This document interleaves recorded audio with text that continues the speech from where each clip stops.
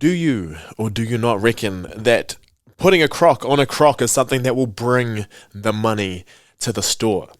That's something that I want to see. I want to start seeing these people who are using the names of these animals start benefiting the animals. For every crock that's sold, croc gets a pedicure, something like that. No one really cares about them, but they use their intellectual property or the names that they have been given, and that's what I'd pay for. That's what I'd pay for. So if you are watching on the YouTube or anything like that, you can see that I'm standing right now, but I'm about to sit down at some point. But I'm just sore. My hips are sore, my lower back is sore, and all I do is sit most of the day and do all of that sort of stuff. So yeah, I'm just switching it up for a little bit. See if it gives me a new momentum, see if it gives me a new little swing, little jive, just gives me that new energy, and it probably does, but I actually feel kind of weird. I feel weird standing and talking to you right now, like I feel like I'm giving a presentation, and that's a little bit more formal than I'd like for this sort of thing, so I'm about to take my ass and put it back in the seat and operate it at the regular level that I'm used to operating at. But anyway, it's good to be here. Thank you so much for riding with me for as long as you have been. Now, I just have a quick favor, and I don't like to ask this stuff. It's about promotion, but you know what? I actually don't know if I don't like to ask that, but it is nice to know. But if you are listening, please let me know that you are listening, and just let me know what you do, and I can, shout that out just to see who'll be listening. You don't have to tell me your name. If you want to leave me a voice message, I'll kind of find out who you are if you write in. But it would be nice just to see who is listening, and what you think of the podcast. Send some feedback, share it around with some people if you'd like to do that as well. It's just cool. It's just cool to know who's part of the community, so that I can start to shift how I start to arrange some of the content, so it can be a little bit more, speaking to you. But yeah, anyway, life's a trip, and I guess the caveat to that trip is that you die at some point. So, impermanence is a thing, so we have to live every day as if, we may not get another one. And I know that's a really hard note to start on, but at the same time, things happen, and we just have to deal with it. And we know that, if we live in our brains too much, our bodies are just going to kind of lose the plot. And then when we need to use them again, it may not work. It's just like everything else that you've kind of put aside for a little bit, and you just assume that it's still there, but then when you go to use it, maybe it's not as good as it used to be. So that's why I was standing before, because my body is not used to the volume that I've been doing. I kind of just assumed it'll be okay after all these years of training, but you come back into it, and it reminds you. It's a quick reminder to just say, don't take things for granted. Make sure that you have a backup plan for everything that you're going to do. And for everything that you're going to do, make sure that you give it your best, because it may be the only option that you have. Much love. Thank you for being here. Let's get into it.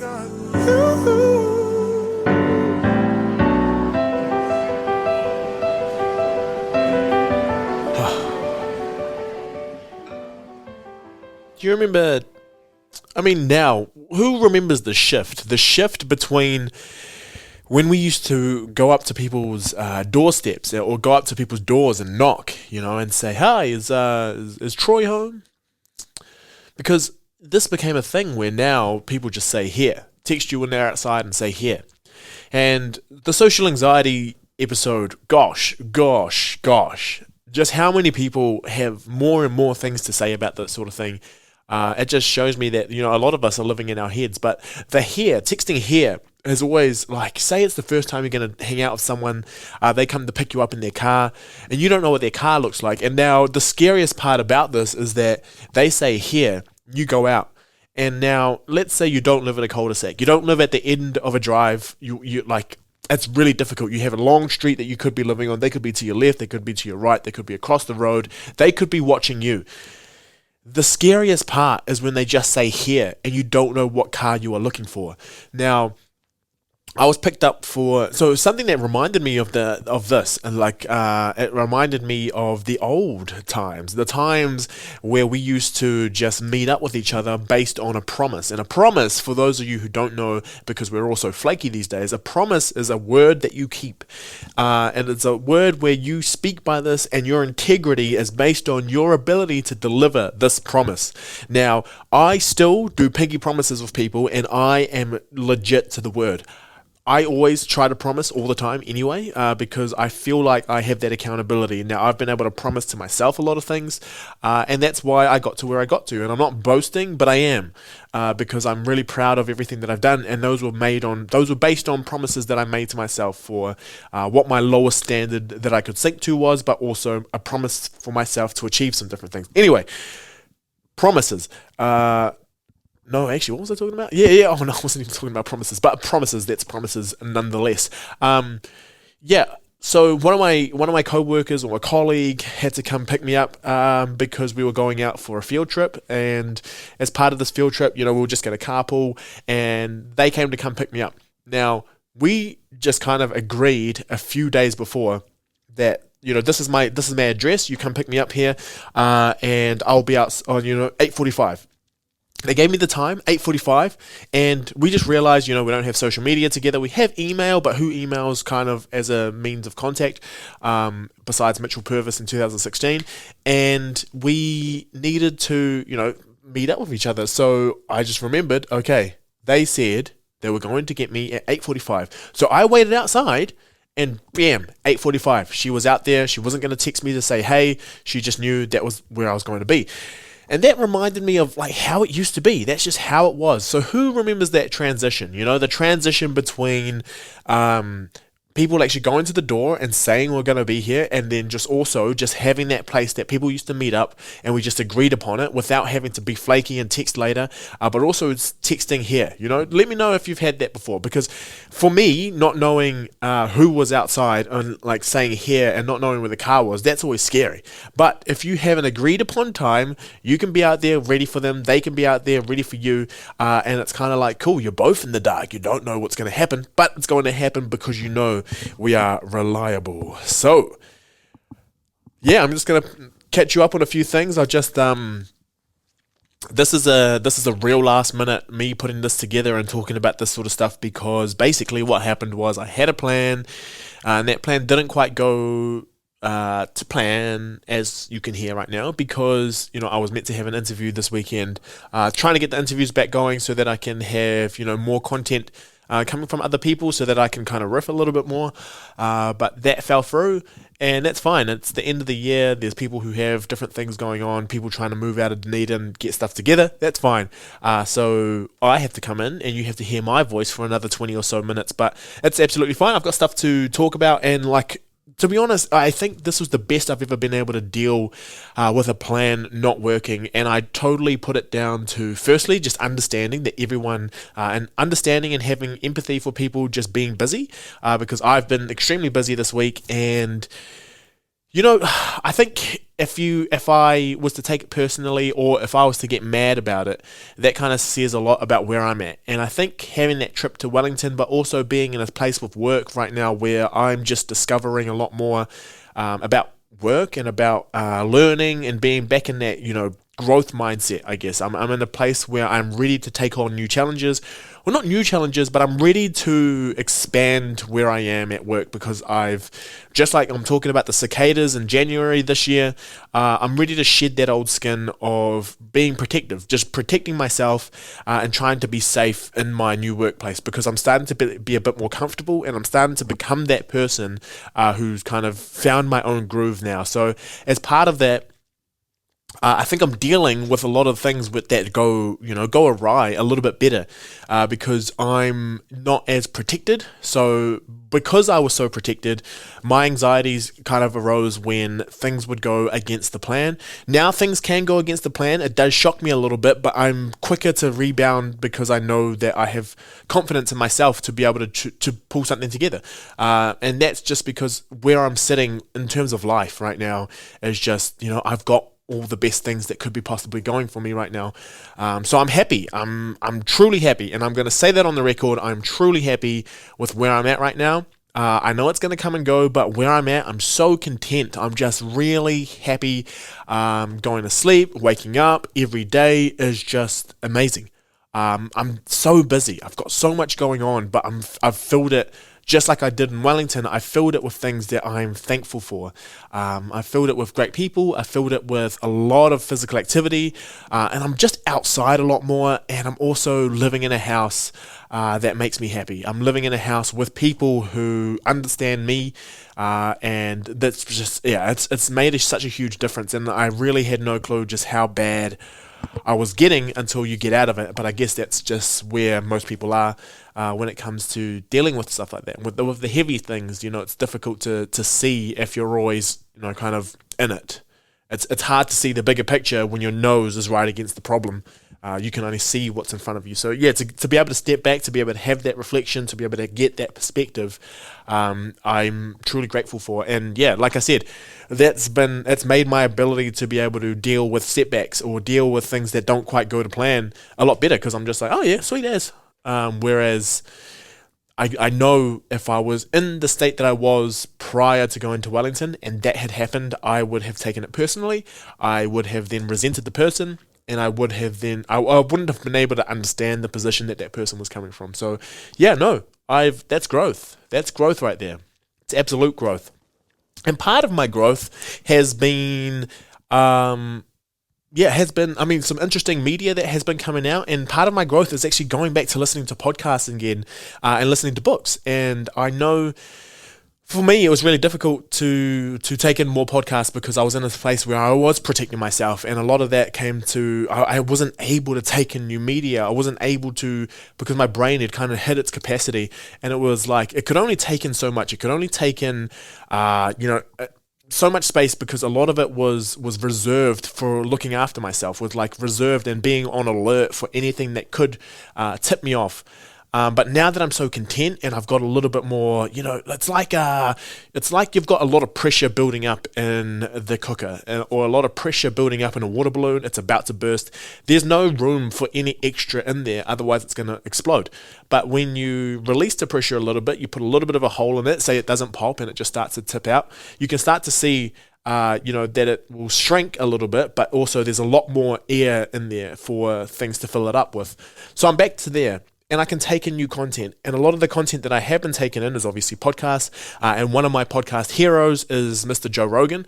Now, I don't listen to all of them. I just listen to the cool people he talks to, because he's the only one who really gets 3 to 4 hours with really cool people. And the coolest person that I think, honestly, to date, after the years of listening to Joe Rogan, now judge me if you want. I know I've talked to a lot of people and told them that I listen to Joe Rogan, and they say, oh my gosh, you're the son of the right, conservative right. And I'm like, shove it up your ass. But anyway, he talks to really cool people, and they get to the stories that they tell when they're talking to Joe Rogan, because they know this is the guy you talk to. So anyway, he had Snoop Doggy Dogg, D-O-G, the Dog Father, on the Joe Rogan Experience, and it was weird because they had this mutual respect for one another. Now, obviously, if I was Joe Rogan, I would have had way more respect for the Dog Father than than Snoop Dogg would have of me. But just you don't understand. Snoop Dogg has been so important for the hip hop movement, and now people who would see him now and they see kind of where he's at, he's kind of in the corny stage, but now listening to everything that he says, the man's is almost like late 50s, mid 50s maybe, and he, I'll tell you a story. Doggy Style was one of the first hip-hop albums, and I talked about this, so just a quick plug, Reeds of Rossa, I'm coming out on that podcast this Thursday, and on there I talk about hip-hop and my love of hip-hop, and my uncle, who was also my godfather, he gave me CDs. One of them was Enter the Wu-Tang, which came out the same year that I was born, but that's really shaped my life in terms of my love for hip-hop music, but also Doggy Style, by Snoop Dogg, which he was pretty much writing and recording when he was like 19, 20. Now that album absolutely shaped who I am today, because that's why I love hip-hop so much. The sound of it, everything about it, that kind of framed to me what good hip-hop sounds like. And then just realizing, think about what you were doing when you were 19. Think about what you were doing when you were 19, 20, 21. Now think about these people, Tupac, Biggie, all of the different, they're all hanging out. And now think about you being 21, 22, and then you listen to the stories about him hanging out with Tupac, hanging out with Dr. Dre, hanging out with Biggie.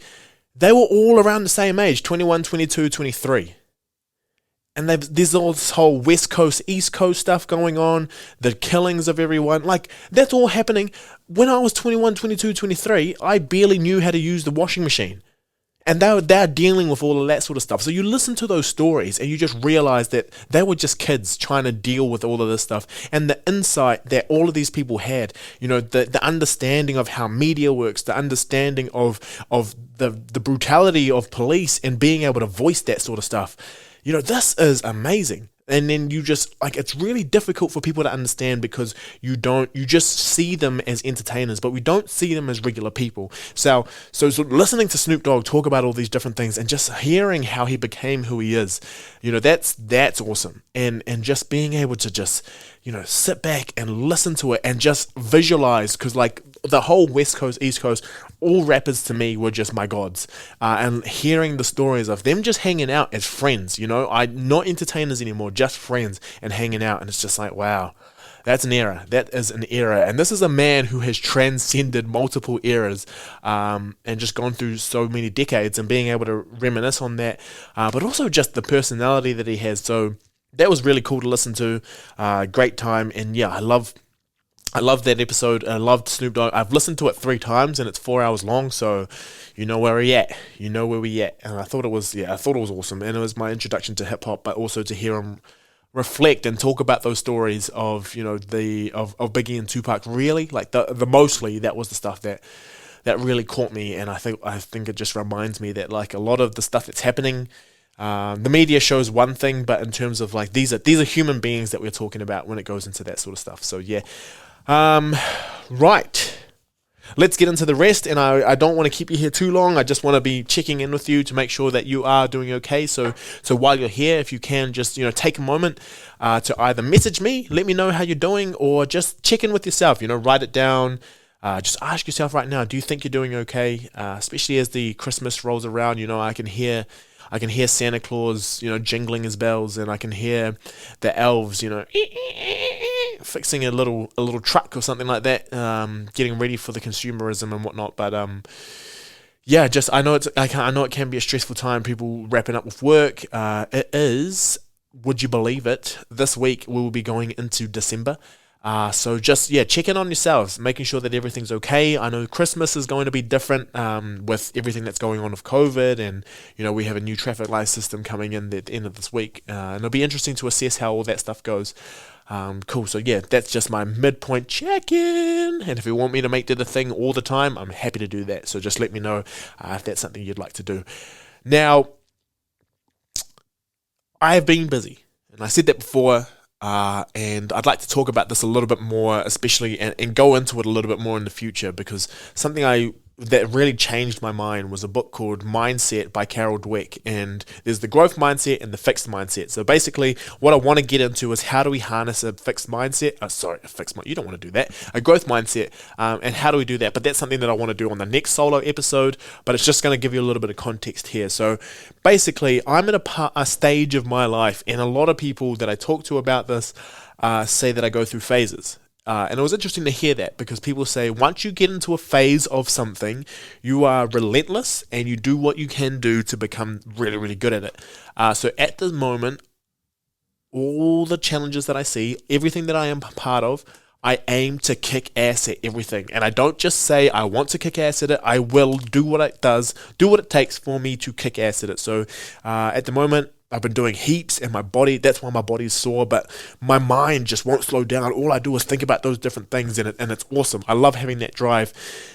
And it doesn't matter how much I embarrass myself in the process, because I know the outcome is going to be golden. And that's a weird confidence that I have in myself, even though my self-esteem of other social things is quite low. But anyway, so I'm playing netball, I'm playing touch, I'm also playing rugby, so we've got rugby training going on as well. So all of that, and then I've got work during the day. So I'm putting all of this stuff in, and I want to train to be good at all of it, and I'm trying to see where things overlap so that I can give and devote as much attention to those things as possible. I truly think the drive for me to become good at these things has been the reason also that any little thing that kind of deters me from my regular day doesn't really get in my way, because like I just look at it after, I'm like, okay, I'm in a good spot to be doing this stuff. What does that do? In terms of my goal, does that actually take me away from my goal or doesn't it? I'm in such a growth mindset sort of phase right now that everything that I see, if anything happens, I'm just like, that was meant to happen to teach me this. I see everything as lessons right now, or I see this as like, okay, if that doesn't work and I'm willing to pick up, imagine if it had worked, which means that I've got, I'm able to pivot if I need to pivot. I'm able to step on that back foot, turn, and then just be like, okay, what else is working so that we can jump on that instead. So that's like kind of where I'm at right now. And I think having all these different things and being busy means that I have scheduled time for me to be pinpoint accurate and focused on everything that I need to do. So that's something that I want to get into shortly. But yeah, I'm enjoying having as much sport on as I usually do. So I went from being a guy who only competed in exercising, basically like adult exercising. And now I'm actually back into sport and being part of team efforts, which has been awesome. And like that competitive side of me is coming out, the just everything to try to win, just to try to be good or try to hold my spot down so that I can have as much fun as possible as well. Cool. So yeah, I mean, just one more update just to let you guys know where I be at. So yeah, I'm not just an influencer. I don't just come on and do a podcast. I actually live a life as well. I work full time while trying to do all those different things. But I guess a big highlight from this week was me getting to meet the Associate Minister for Health. She does a whole bunch of other things like food and safety, and I think older populations as well. But her name is the Honourable Minister Aisha Viral, I think. Anyway. So we met her and we were just talking about, being on a CORE, which is a Centre for Research Excellence. And what we were doing there was talking about being an early stage career researcher. So I got to go in there and be with some of the people that are part of my CORE. And the CORE is basically, it's huge. I'll talk about that a little bit more. But in terms of my research that I'm doing, obviously being Māori and Pacific and being in Māori and Pacific research, a lot of it was talking about equity and also systemic racism. So, I mean, when we were talking with them, I was talking about what constitutes what constitutes excellence in research, but also keeping the growth mindset about it all when we were going through it all, because it's easy to become quite fatalistic when you're talking about equity, because there are a lot of people who just say if you just did more of this, everything will kind of work out for you. So if you are so fixed to turn off at that point, it's easy for you to just be like, okay, I'll just do the bare minimum because everyone else is doing it. But truly, this is how I truly feel about all this sort of stuff. But I truly feel like I have to put in 3 times as much work as anyone else, as any regular person who is not Pacific or Māori, to actually be able to get to where those other people can get to in terms of what doors open for different people.